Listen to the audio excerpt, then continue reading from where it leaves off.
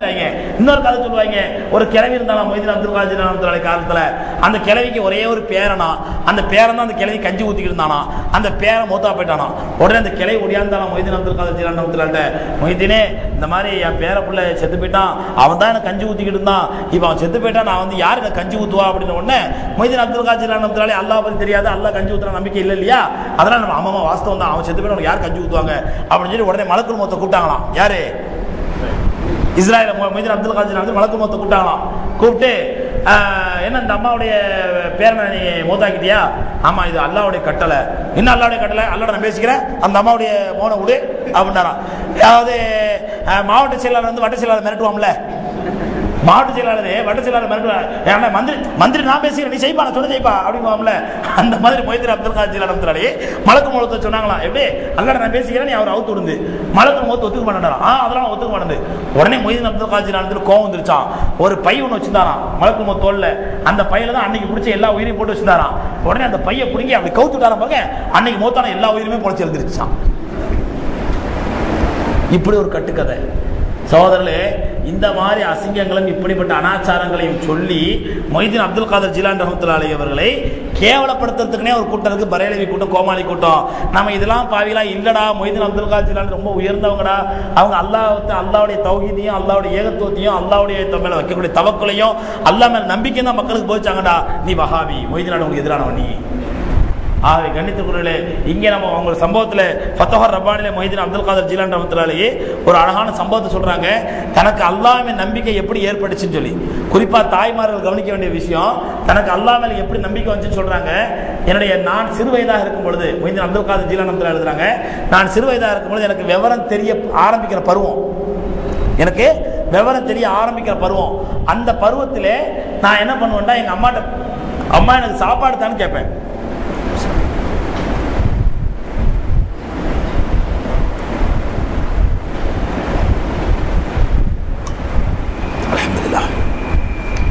அம்மா எனக்கு சாப்பாடு தானே கேட்பேன்.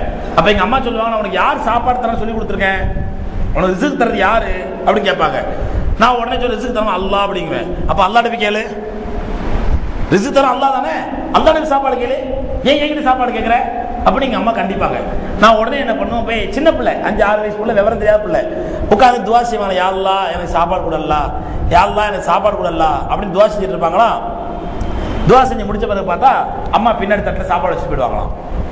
சாப்பாடு பின்னாடி வச்சுட்டு போயிடுவாங்க, இவங்க எடுத்து சாப்பிட்டுருவாங்க. இப்படியே இவங்களுடைய வழமையா இருந்துச்சு. ஒரு நாள் இவங்களுடைய தாயார் வெளியே போயிடுறாங்க, வர்றதுக்கு தாமதம் ஆயிடுது. ஃபத்ஹுர் ரப்பானில மொய்தீன் அப்துல் காதிர் ஜிலானி எழுதுறாங்க, அதாவது தான் பெரிய ஆளான பிறகு நான் இப்படித்தான் உனக்கு அல்லாஹ்வுடைய நம்பிக்கையை ஏற்படுத்தினேன்னு தாய் எனக்கு சொன்னாங்க அப்படின்னு சொல்லி மொய்தீன் அப்துல் காதிர் ஜிலானி சொல்றாங்க.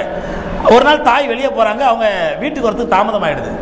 அப்போ அவங்க அல்லாஹ்ட்ட அங்கிருந்து துவா செய்றாங்க, யா அல்லாஹ் என் மகன் இப்போ எப்போ கேட்குற மாதிரி, யா அல்லாஹ் சாப்பாடு கூட சாப்பாடு போகும், திரும்பி பாப்பா நான் கூட சாப்பாடு வச்சுட்டு வந்துடுவேன், இன்னைக்கு அதே மாதிரி அவனுக்கு பசிக்கிற நேரம், இந்த நேரத்தில் யா அல்லாஹ் சாப்பாடு தான் கேட்டு ரப்பல் ஆலமீன் நான் அவனுக்கு சாப்பாடு இல்லாட்டா அவனுக்கு இதுவரை வரையில் அவனுக்கு ஊட்டி வளர்த்த நம்பிக்கையில ஒரு பயம், ஒரு குறை வந்துருமே, ஒரு சந்தேகம் வந்துருமே அப்படின்னு என்ன பண்ணாங்க, அந்த தாய் பதறி அடிச்சுட்டு அல்லாஹ்ட்ட துவா செஞ்சுட்டே ஓடி வர்றாங்க. என் பிள்ளைய வந்து நான் அல்லாஹ் மேல நம்பிக்கையை ஊட்டி ஊட்டி வளர்த்துட்டு இருக்கிறேன், இந்த நேரத்தில் வந்து இப்படிப்பட்ட சம்பவம் அவன் வந்து துவா செஞ்சு திரும்பி பார்க்கும்போது சாப்பாடு இல்லாட்டா அந்த நம்பிக்கையில் ஒரு குறைபாடு ஏற்பட்டுமே பயந்துட்டு ஓடி வர்றாங்க. வீட்டுக்குள்ள வந்து பார்த்தா மொய்தீன் அப்துல் காதிர் ஜிலானி ரஹ்மத்துல்லாஹி சாப்பிட்டு இருக்கிறாங்க. இதை பார்த்தோன்னு அம்மா ஆச்சரியப்பட்டு, மகனை யாருக்கு சாப்பாடு அப்படின்னாங்க. உடனே மொய்தீன் அப்துல் காதிர் ஜிலானி சாதாரணமா சொல்றாங்க, எப்போ தரமா இன்னைக்கு அல்லாஹ் கொடுத்தா, என்னைக்கு நான் எப்படி துவா செஞ்சு திரும்பி பாப்பா அல்லாஹ் சாப்பாடு வச்சிருப்பான், இன்னைக்கு எனக்கு சாப்பாடு தந்தா அப்படின்னு சொல்லி மொய்தீன் அப்துல் காதிர் ஜிலானி ரஹ்மத்துல்லாஹி தன்னோட தாய்ச்சி சொல்றாங்க. இது ஏதோ அல்லாஹ்வால முடியாத காரியமோ, இது கதையோ கப்சாவோ இல்லைங்க. இதே மாதிரி தான் ஜக்கரியா அலைஹிஸ்ஸலாத்து வஸ்ஸலாம் அவர்கள், மரியம் அலைஹிஸ்ஸலாத்து வஸ்ஸலாம் அவர்கள், ஈசா அலைஹிஸ்ஸலாத்துடைய தாயாரை பத்தி அல்லாஹ் குர்ஆன்ல சொல்றான். மரியம் அலைஹிஸ்ஸலாத்து வஸ்ஸலாம் அவர்கள் ஒரு அறையில, ஒரு மிஹராப்னு சொன்னா ஒரு அறை, தொழக்கூடிய அறை, அந்த அறையில் நின்று என்ன பண்றாங்க, தொழுதுட்டு இருக்காங்க. ஜக்கரியா அலைஹிஸ்ஸலாத்து வஸ்ஸலாம் பண்றாங்க, மரியம் அலைஹிஸ்ஸலாம் தொழுறாங்க, அவங்களுக்கு இப்ப டிஸ்டர்ப் பண்ண வேணாம்னு சொல்லிட்டு என்ன பண்றாங்க, வெளியில பூட்டிட்டு வந்துடுறாங்க. பூட்டிட்டு வெளியே போய் தன்னுடைய அண்ணன் மகள் மரியம் அலைஹிஸ்ஸலாத்துக்காக நல்ல பழ வகைகள்லாம் எடுத்துட்டு வர்றாங்க. கதவை திறந்து பார்த்தா உள்ள மரியம் அலைஹிஸ்ஸலாத்து வஸ்ஸலாம் உட்கார்ந்து பழ வகைகள் சாப்பிட்டுட்டு இருக்காங்க. இது அல்லாஹ் சொல்றான் குர்ஆன்ல, சாப்பிட்டுட்டு இருக்காங்க. ஆச்சரியப்பட்டு ஜக்கரியா அலைஹிஸ்ஸலாம் கேக்குறாங்க, அன்னாலக்கி ஹாதா, அன்னாலக்கி ஹாதா, யா மரியம் அன்னாலக்கி ஹாதா. மரியம் நேற்று தராவில இந்த ஆயத்து வந்துச்சு, யா மரியம் அன்னாலக்கி ஹாதா, மரியமே இந்த உணவு உனக்கு எங்க இருந்து கிடைச்சது? அந்த அம்மையா சொல்ற, காலத்து மின் இந்தில்லாஹ், அல்லாஹ்விடத்துல இருந்து கிடைச்சது எனக்கு. அல்லாஹ் ரிஸ்க் தந்தா. அப்ப பூட்டிய அறைக்குள்ளே ரப்புல் ஆலமீன் மரியம் அலைஹிஸ்ஸலாத்துக்கு ரிஸ்க் கொடுக்கும் பொழுது ஏன் முஹிதீன் அப்துல் காதர் ஜீலானி ரஹ்மத்துல்லாஹி ரிஸ்க் கொடுத்திருக்க கூடாது? இப்படி ஒரு தாய் தன்னுடைய பிள்ளையை அல்லாஹ் மேல் தவக்குல் நம்பிக்கை வைத்து வளர்த்தார்கள். அதனால இன்னைக்கு முஹிதீன் அப்துல் காதர் ஜீலானி ரஹ்மத்துல்லாஹி என்ற ஒரு புனிதமான புனிதரை பத்தி இன்னைக்கு நம்ம பேசிக்கிட்டு இருக்கிறோம். ஆனா இன்னைக்கு நம்முடைய பிள்ளைகளை வளர்க்கக்கூடிய முறை என்னங்க? நம்முடைய பிள்ளைகள் தாய்மார்கள் தகப்பமார்களை பத்தி கவலைப்பட வேண்டியதே இல்லை. காலையில போனா சாயந்தரம் வருவார், புள்ள படிச்சுதா கிழிச்சுதா எக்கெடு கேட்டா என்ன, ஸ்கூல் ஃபீஸ் கட்டுமா பணத்தை கொடுப்பாரு, செக் கொடுப்பாரு, யூனிஃபார்ம் ஆனவா வாயில காசு எடுத்து கொடுப்பாரு. இதுதான் தகப்பனுடைய வேலை. மற்றபடி பிள்ளைங்களை பத்தி கவலைப்படுறதே கிடையாது. அதுவும் புள்ள கொஞ்சம் வளர்ந்துட்டான்னு வச்சுங்க, தகப்பன் வீட்டுக்குள்ள வந்தா புள்ள வீட்டு வெளியே போயிடுவான் விளையாடுறதுக்கு. தகப்பன் வெளியே போனா அதுக்கப்புறம் தான் புள்ள வீட்டுக்குள்ள வருவான். இதுதான் தகப்பன் பிள்ளைக்குள்ள இன்னைக்குள்ள உறவு. ஆனால் தாயுடைய பொறுப்பு என்னன்னு பாத்தீங்கன்னா சகோதரர்களே, பிள்ளைகளை பராமரிக்க வேண்டியது, பாதுகாக்க வேண்டியது, பிள்ளைகளுக்கு நல்லொழுக்கத்தை கற்றுக் கொடுக்க வேண்டியது, அல்லாஹ்வுடைய இறையச்சத்தை ஏற்படுத்த வேண்டியது தாயுடைய கடமை. ஆனா இன்னைக்கு தாயுடைய கடமை நிலைமை என்னன்னு சொன்னா, பிள்ளைகளை ஸ்கூலுக்கு அனுப்பிட்டா அந்த தாய் அதோட டிவியை போட்டு சீரியல் பார்க்குற தாய் தான். பிள்ளை ஸ்கூல்ல இருந்து வந்த பிறகு அதுக்கு சாப்பாடுச்சா, என்ன படிச்சு, ஸ்கூல்ல என்ன படிச்சது, ஏது படிச்சது, எதை பத்தி கேட்கறது கிடையாது. அந்த குழந்தைய பத்தி அக்கறை எடுக்கிறது கிடையாது.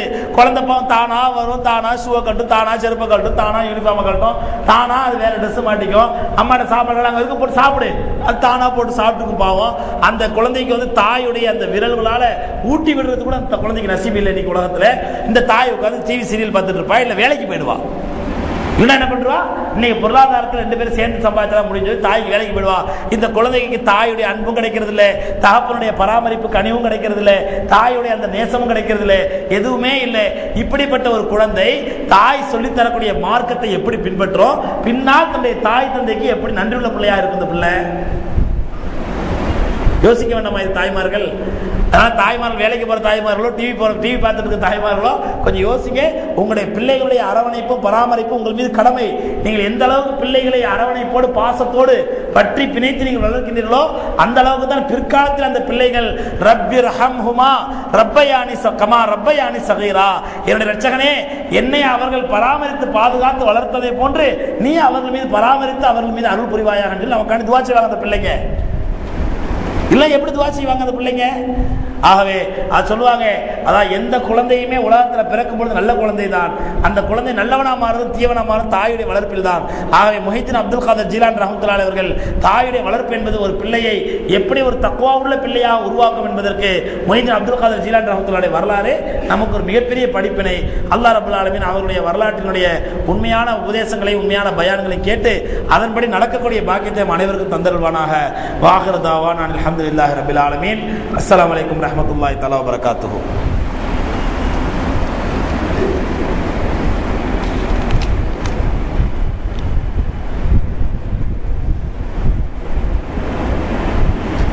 வட்டியை பற்றி விளக்கம் அளித்தார்கள். ஆனால் ரசூல் ஸல்லல்லாஹு அலைஹி வஸல்லம் அவர்கள் வட்டியை தொழிலாக கொண்டுள்ள யூதனிடம் அன்பளிப்பு பெற்றிருக்கிறார்கள், விருந்திலும் கலந்திருக்கிறார்கள். முஸ்லிம் அல்லாத சகோதரர்களுக்கு நாம் வட்டியை எத்தி வைக்கவில்லை, அவருக்கு ஹராம் என்று தெரியாதல்லவா? இதுக்கு ஒரே பதில், மன் கதிப அலைய முத்தஅம்மிதன் ஃபல்யதபவ்வஅ மக்அதஹு மினன் நார். என் மீது வேண்டுமென்றே யார் இல்லாத ஒரு பொய்யை இட்டு கட்டினானோ அவன் நரகத்திலே தனக்கென்று ஒரு இருப்பிடத்தை ஆக்கி கொள்ளட்டும். நபிஸ்லாம் சொல்லுகிறாங்க. ரசூலுல்லாஹி ஸல்லல்லாஹு அலைஹி வஸல்லம் வட்டி வாங்கக்கூடிய ஒரு யூதனுடைய வீட்டிலே சாப்பிட்டார்கள் என்று சொல்வது அவர்கள் மீது இட்டுக்கட்டப்பட்ட பொய். அந்த இட்டுக்கட்டப்பட்ட பொய்யை உங்கள்ட்ட டிவிலையோ நேர்லையோ பயான்லையோ சொன்னவன் மகா பொய்யன், நரகவாதி. ரசூலுல்லாஹி ஸல்லல்லாஹு அலைஹி வஸல்லம் அவர்கள் யூதனுடைய, அதாவது ஒரு வட்டி வியாபாரம் செய்து கொண்டிருந்த ஒரு யூதனுடைய வீட்டிலே ரசூலுல்லாஹி ஸல்லல்லாஹு அலைஹி வஸல்லம் சாப்பிட்டார்கள் சொல்லி நிரூபிக்கட்டும், ஒரு என்கிட்ட வந்து அதை ப்ரூவ் பண்ணட்டும், சரியான ஆதாரப்பூர்வமான ஹதீஸ் வாங்கிட்டு கொடுங்க, அடுத்த வினாடியை நான் வாபஸ் வாங்குறேன், நானும் உங்களுக்கு முன்னாடி உட்கார்ந்து ஒரு மார்வாடி வீட்டிலேயோ ஒரு வட்டி வாங்குற வீட்டிலோ சாப்பிட்றேன், உங்களுக்கு சாப்பாடு வாங்கி தர்றேன். இதுக்கு மேல என்னங்க சொல்றது? நான் பொது வாழ்க்கையிலிருந்து போறேன்டோ இல்லை நான் பயான் பண்றதை விட்டுறேன்டோ நான் சவால் விட தயாரா இல்லை. இதெல்லாம் இபாதத்து, நான் இதெல்லாம் விட மாட்டேன். அப்படி பெருமானார் ஸல்லல்லாஹு அலைஹி வஸல்லம் வட்டி வாங்கக்கூடிய ஒரு யூதனிடத்தில் சாப்பிட்டார்கள் என்று அவதூறான ஒரு பொய்யை இட்டுக்கட்டுபவன் மகா பொய்யன். அந்த பொய்யை நீங்கள் நம்பினால் நீங்களும் பொய்யர். அதனால இந்த மாதிரி விஷயம் ரொம்ப கவனமா இருக்கு. ரசூலுல்லாஹி ஸல்லல்லாஹு அலைஹி வஸல்லம் ஒரு யூதனுடைய அன்பளிப்பை ஏற்றிருக்கிறார்கள். ஆனால் அந்த யூதன் வட்டி வியாபாரம் பண்ண ஆதாரம் அதை ப்ரூவ் பண்ணுங்க. முதல்ல வட்டி வியாபாரம் பண்ற ஒரு யூதன் தான் ரசூலுல்லாஹ் வாங்குறாங்க அப்படின்னு ப்ரூவ் பண்ணுங்க முதல்ல. அதனால் ரசூலுல்லாஹ் சொல்ற ஹதீஸ் ஞாபகத்தில் வச்சுங்க, என் மீது வேண்டுமென்றே இல்லாத ஒன்றை யார் இட்டுக்கட்டி போய் சொல்கிறானோ அவன் நரகத்திலே தனக்கென்று ஃபல் யதபவ்வானா, அரபில தனக்கென்று ஒரு இடத்தை ரிசர்வ் செய்து கொள்ளட்டும், முன்பதிவு செய்து ரிசர்வேஷன் பண்ணிக்கிட்டோம். ரசூலுல்லாஹ் சொல்றாங்க. அல்லாஹ் எல்லாரையும் பாதுகாப்பானாக. என்னங்க இது? ஏதோ பேப்பர் கீழே வச்சு பாருங்க, இருங்க. ஏதோ ஒரு ரமதான் ஷீட் அனுப்பியிருக்கிறாரு. இதை பூரா நான் உட்காந்து படிக்கணுமா? தராவி பற்றி இதில் குறிப்பிடப்பட்டுள்ள ஆதாரப்பூர்வமான ஹதீஸானா என்பதை பற்றி தெளிவான விளக்கம் தரவும். 30 நாளைக்கு தராவி தொழுதா 30 சிறப்புன்னு சொல்லி இது பூரா உட்காந்து படிக்கணுமா நான்? ஆனால் இதுக்கு எந்த விதமான ஆதாரங்களும் கிடையாது. ஹதீஸ்களில் எந்த ஆதாரமும் கிடையாது. சும்மா வாயில் வந்தப்பெல்லாம் எழுதி விட்டுறது. குற்றாலத்தில் பெண்கள் குளிக்கலாமா? குளிக்கலாம். நாளைக்கு அல்லாஹ் பிடிச்சி வச்சு உதைப்பான் பாருங்க. அல்லாஹ் மறுமையில போய் நின்றவன குற்றாலத்தை குளிச்சியா? ஆமா, இல்ல அப்ப சொர்க்கவாதி போ. குற்றாலத்தை குளிக்கிறியா? பெரும்பாவி நீ நரகத்துக்கு அல்லாஹ் துரத்திடுவான் பாருங்க. அதனால அந்த அக்கறையில கேட்கறாங்க. சரி, கேட்டாங்க, பதில் சொல்லணும்ல. அங்க அவயங்கள் தெரியும்படி ஆண்கள் ரசிக்கும்படி குற்றாலத்திலே பெண்கள் குளிப்பது ஹராம், கூடாது. ஏன்னா என்னதான் நீங்க புர்காவோட குளிச்சாலும் நைட்டியோட குளிச்சாலும் ஈரம் பட்ட உடனேயே பெண்களுடைய அங்கவயங்கள் வெளியே தெரிய ஆரம்பிச்சிடும். அதை ரசிப்பதற்கென்றே ஒரு ஷைத்தான் கூட்டம் அங்க நிற்குவாங்க எப்போ 24 hours. இதனால உங்களுடைய அங்க அவயங்களை காட்டி குற்றாலத்தில் குளிக்கிறது ஹராம், கூடாது. குற்றாலத்தில் சிற்றருவியில மட்டும் பெண்கள் மட்டும் குளிக்கிற மாதிரி தனியாக பாத்ரூம் மாதிரியே கட்டி விட்டுருக்காங்க. ஆனால் அருவி ஃபால்ஸ் வந்து விடும். அங்கே பெண்கள் மட்டும் குளிக்கிறதுக்கு, அங்கே ஆண்கள் பார்வைப்படாமல் இருக்கிறதுக்கு வாய்ப்பு இருக்குது. அந்த மாதிரி வாய்ப்பு இருக்கும் பட்சத்திலே குளிக்கலாம், தப்பு இல்லை. மற்றபடி ஐந்தருவிலையோ மெயின் ஃபால்ஸ்லையோ பழைய குற்றாலத்திலையோ அதற்கு எல்லாத்தையும் பக்காவாக பேரை சொல்றீங்கன்னா எல்லா குற்றாலத்தும் குளிச்சிருக்கிறேன். அதனால சொல்கிறேன், வருஷம் வருஷம் குற்றாலத்துக்கு போயிட்டு இருக்கிறேன். ஆண்களுக்குலாம் ஒன்றும் தடை கிடையாது, மக்களும் கிடையாது, ஹராம் கிடையாது. பார்வை தாஜி அது குளிக்கிறதுக்காண்டி மட்டும் போனால் ஹராம் கிடையாது. பெண்கள் குளிக்கிறது அந்த ஐந்தருவிலையோ பழைய குற்றாலத்திலேயோ அல்லது மெயின் ஃபால்ஸ்லையோ குளிக்கிறது ஹராம், கூடாது. சிற்றருவிலே தனியாக குளிக்கலாமா? குளிக்கலாம், தப்பு இல்லை. மனைவிக்கு உடல்நலம் சரியில்லை போதிலும் விருப்பம் இல்லாத மாதிரி காண்பித்தால் அவரை வீடு கொடுவதற்கு அழைப்பது தவறா? பெண்களிடம் எந்தெந்த சூழ்நிலையில் கணவன்மார்கள் வீடு கூட தவிர்த்திருக்க வேண்டும்? நாங்கள் புதிதாக திருமணமானவர்கள். தனியாக வாங்க, சில பதில் சொல்கிறேன். இங்கே திருமணம் ஆகாதவங்க நிறைய பேர் இருக்கிறாங்க. இப்போ நேராக போய் வீட்டில் போய் அப்பா அத்தா அம்மாவுக்கு தொந்தரவு கொடுக்க ஆரம்பிச்சிருவாங்க.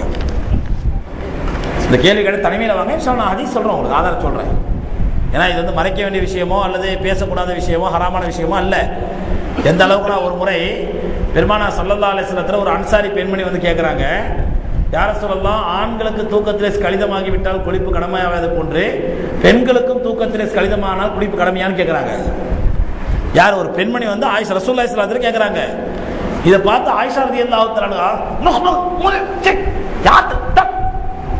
ரசூலுல்லாஹி என்ன கேட்டுட்டு இருக்கிறேன் கண்டிக்கிறாங்க. நபி ஸல்லல்லாஹு அலைஹி வஸல்லம் திரும்பி பார்த்துட்டு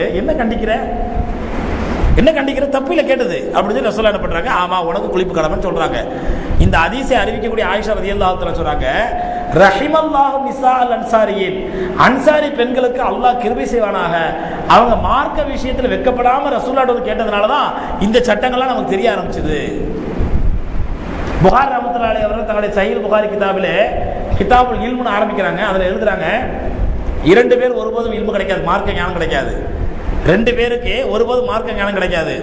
ஒன்னே அல் முஸ்தஹி, மார்க்க விஷயத்திலே வெட்கப்படக்கூடியவன். இன்னொன்று முத்தகப்பீர், எனக்கு எல்லாம் தெரியும் கர்வம் கொண்டவன். எனக்கு நம்ம போய் எல்லாம் கேட்டுக்கலாமா அப்படின்னு அவனுக்கு மார்க் கிடைக்காது. கடைசியிலும் மடையனா தான் இருப்பான். வெட்கப்படுறவன் இதை போய் அஜித்தை கேட்கலாம், இவனும் கடைசியிலும் மடையனா தான் இருப்பான். அப்ப தக்கப்பூர் என்று சொல்லக்கூடிய தற்பெருமையும் மார்க்க விஷயத்தில் வெட்கமும் ஒருவனுக்கு கல்வி கிடைக்காமல் தடுத்து விடும். அதனால இந்த மாதிரி கேள்வி தப்பு இல்லை. தனியாக வாங்க, நான் உங்களுக்கு சொல்றேன், எக்ஸ்பிளைன் பண்றேன். சலாத்துன் நாரியா நபி ஸல்லல்லாஹு அலைஹி வஸல்லம் அவர்களை புகழ் பாடும் தஸ்பீஹ் 4444 தடவை படித்தால் நன்மை என்று கூறினார்கள். இது உண்மையா? சலாத்துன் நாரியாவை நாம் ஓதலாமா? அதற்கு சரியான பொருள் தான் என்ன?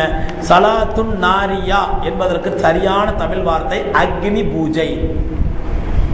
என்ன அர்த்தங்க? சலாத்துன் நாரியா என்ற வார்த்தைக்கு சரியான தமிழ் நமக்கு புரியுற மாதிரி தமிழ்ல சொல்றதா இருந்தா அக்னி வழிபாடு அல்லது அக்னி பூஜை சொல்லலாம். அது என்னங்க அக்னி பூஜை? இல்லை, இந்த செலவாத்தில் வந்து நார் அப்படிங்கிற வார்த்தை வருது. அந்த நார்னா நெருப்புன்னு அர்த்தம். அந்த நெருப்பு வந்து பாவத்தெல்லாம் கழிச்சிடும் செலவாத்து ஓதனா. இது யார் கற்றுக் கொடுத்த செலவாத்து? கண்மணி நாயகம் ரசூலுல்லாஹி கரீம் ஸல்லல்லாஹு அலைஹி சஹாபாக்கள் கேட்குற யார சொல்லலாம், நாங்கள் உங்களுக்கு எப்படி சலாத் சொல்லணும்னு தெரியும், ஆனால் எப்படி சலவாத் சொல்லுங்க தெரியாது சொல்லித்தாங்க போது நபி ஸல்லல்லாஹு அலைஹி அவர்கள் தரூதே இப்ராஹிம் என்று சொல்லக்கூடிய அந்த சலாத் சொல்லுகிறார். அல்லாஹும்ம ஸல்லி அலா முஹம்மதின் வ அலா ஆலி முஹம்மத் கமா ஸல்லைத அலா இப்ராஹிம் வ அலா ஆலி இப்ராஹிம். அந்த நம்ம தொழுகையில் ஓதுற பாருங்க அந்த சலவாத்தை ஓதுறாங்க. இதுதான் சலவாத்திலே சிறந்த சலவாத் சொல்லி கொடுக்குறாங்க.